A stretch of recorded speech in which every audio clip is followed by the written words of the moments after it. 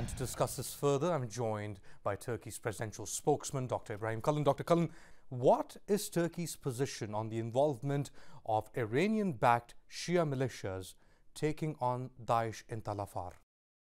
In Tal Afar, there is a very delicate situation where when Daesh took control of cities like Mosul and Tal Afar, Daesh, that is, played to the grievances of the local Sunni people there, who felt for years, especially after the American invasion in 2003, that they were marginalized, they were dispossessed, they were not treated properly or fairly in the general Iraqi political scene, and the sectarian policies of the Maliki government, two Maliki governments. The first one, I think, was reasonably acceptable to most of the Sunnis, but the second Maliki government turned increasingly sectarian and stoked this sectarian feelings. And this is where Daesh, in fact, entered in and played into these fears. Now, we do not want to end up with a situation with this anti-Daesh operations going on in Mosul, in Tal Afar, and other places, where the policies lead to the very causes that created the conditions for Daesh to arise in the first place. Given the sensitivities, the Turkish sensitivities around Tal Afar, is there a red line where Turkey, if it sees such atrocities being committed in Tal Afar, can intervene more forcefully?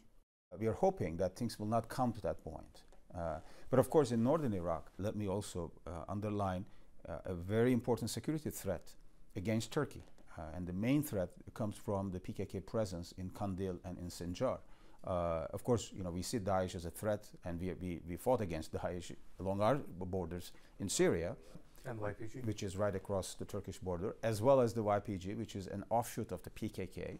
And we've said all along that these are two terrorist organizations that have to be eliminated from our borders, and because they pose threats not just to us, but to the Iraqi people, to the Syrian people, and to everyone. President Erdogan recently said that Turkey was prepared to expanding military operations. What did Erdogan mean by expanding military operations, and against who? As far as Turkey's national security is concerned, the border security is concerned, we will do what is necessary within our power and limit and capacity. Of course, we will coordinate, with the countries in the region, but once it's a matter of national security, Turkey will do what is necessary. Our president is, in fact, laying out a general principle here that when we perceive a threat coming from Syria, Iraq, or any other country, we will do what is necessary. So what is then a red line for Turkey in northern Syria and northern Iraq? What needs to happen for Turkey to move? PKK is a Marxist-Leninist organization now supported by the United States. Look at this irony.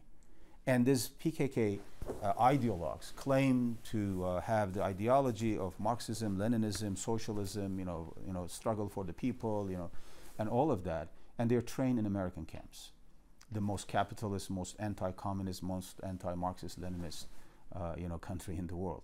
But they say that the YPG is the only force capable of taking on Daesh. Well, why?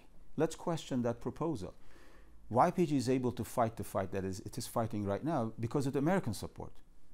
If those thousands of truckloads of weapons and ammunition had gone to another group, say Free Syrian Army or Turkmens or Sunni Syrian Arabs, they will have been the most effective force against Daesh. Now, what will happen? Of course, there is no guarantee that the support that they are providing to YPG will end up with just the defeat of Daesh. It will create other problems. It will have ramifications for the future of Syria. How are we going to keep Syria together? Let's talk about this. Let's talk about this, the ramifications, and let's put the US on the side. You have and President Erdogan recently met the Iranian army chief. Yeah.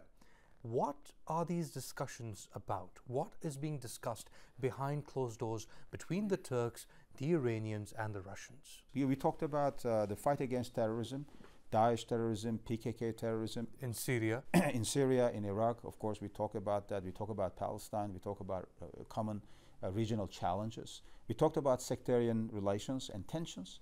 We talked about Yemen. Any joint operations in the future? Not immediately, but of course our military mill-to-mill cooperation and dialogue will continue.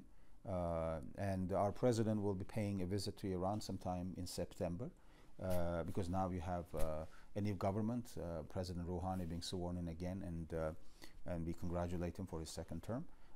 And we will pay an official visit to Iran sometime in September, so that we renew our commitment to our shared goals in the region.